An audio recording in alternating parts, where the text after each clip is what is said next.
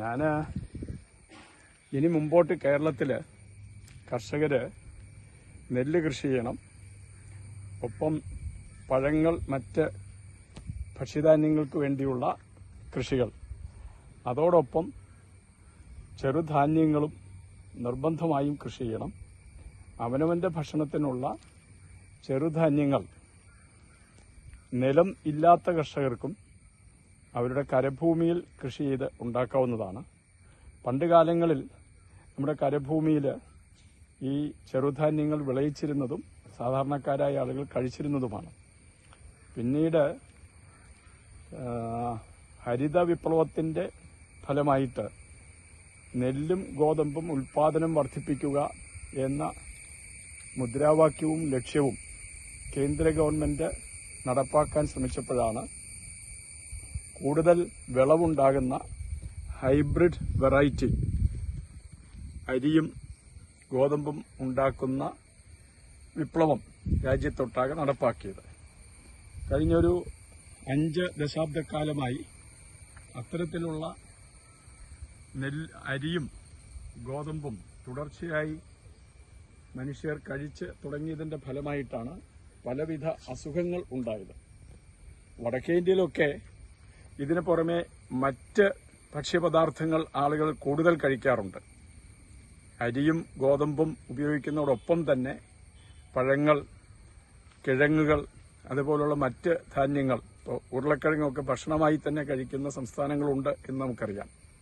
കേരളമാകട്ടെ അത്തരത്തിലുള്ള വിവിധങ്ങളായ ഭക്ഷ്യപദാർത്ഥങ്ങൾ ഉപേക്ഷിച്ചിട്ട് അരിയെയും ഗോതമ്പിനെയും ബേസ് ചെയ്തിട്ടുള്ള ഭക്ഷണങ്ങളും പിന്നെ കൂടുതൽ ജങ്കായ ബേക്കറി ഐറ്റംസും നിത്യഭക്ഷണത്തിന്റെ ഭാഗമാക്കിയതിന്റെ ഫലമായിട്ടാണ് നല്ലൊരു ശതമാനം ആളുകൾ ചെറുപ്പത്തിൽ പോലും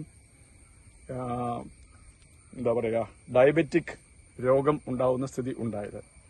ഡയബറ്റിക് രോഗമുണ്ടാകുമ്പോൾ മനുഷ്യന്റെ പ്രതിരോധശേഷി കുറയുന്നത് കൊണ്ട് അതിനെ തുടർന്ന് മറ്റു പല രോഗങ്ങളും ഉണ്ടാകും.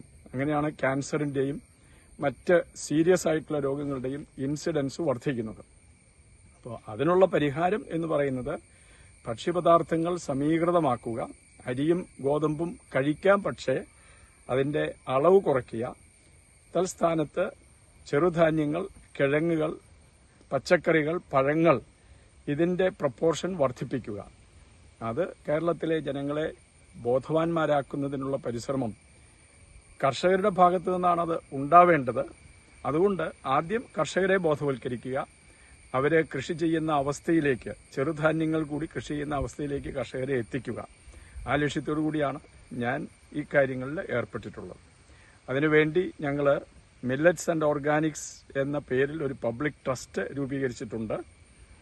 ചെറുധാന്യങ്ങളുടെ ഡിസ്ട്രിബ്യൂഷനും ഒപ്പം ചെറുധാന്യങ്ങളെ സംബന്ധിച്ചുള്ള അവയർനെസ് വർദ്ധിപ്പിക്കുന്ന പ്രോഗ്രാമുകളും കൂടി ഞങ്ങൾ ചെയ്യുന്നുണ്ട്. അതിന്റെ കൂടെ ഈ പറഞ്ഞതുപോലെ വിത്തിന് വേണ്ടിയിട്ടുള്ള കൃഷി ആണ് ഞങ്ങളിപ്പോൾ ആരംഭിച്ചിട്ടുള്ളത്.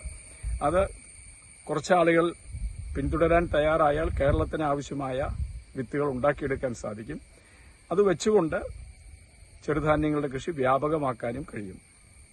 ഒന്ന് ആലോചിച്ചു നോക്കൂ, ആർട്ടിഫിഷ്യൽ റബ്ബർ കുറഞ്ഞ വിലയ്ക്ക് വിദേശത്തു നിന്ന് ഇറക്കുമതി ചെയ്യാമെങ്കിൽ എന്തിന് നമ്മളിവിടെ ഭൂമിയിൽ നാച്ചുറൽ റബ്ബർ വച്ച് പിടിപ്പിക്കുകയും അതിന് വില കിട്ടാത്തത് കൊണ്ട് പ്രതിഷേധിക്കുകയും ചെയ്യണം എന്ന് ആലോചിച്ചു നോക്കുക. പകരം വെട്ടിക്കളയാൻ പ്രായമായ റബ്ബറൊക്കെ വെട്ടിക്കളഞ്ഞതിന് ശേഷം അവിടെ ചെറുധാന്യങ്ങൾ കൃഷി ചെയ്യുകയും ആ ചെറുധാന്യങ്ങൾക്ക് സ്വാമിനാഥൻ കമ്മീഷന്റെ ശുപാർശയ്ക്ക് അനുസൃതമായ വില കൊടുക്കാൻ സർക്കാർ തയ്യാറാവുകയും ചെയ്താൽ റബ്ബറിന്റെ വിലയില്ല എന്ന് പറഞ്ഞ് സമരം നടത്തുന്നതും അതിനു പകരം നല്ല ആരോഗ്യത്തിന് വേണ്ടിയുള്ള ചെറുധാന്യങ്ങൾ കൃഷി ചെയ്യുന്നതുമായ രീതി വളർത്തിയെടുക്കാനായിട്ട് സാധിക്കും.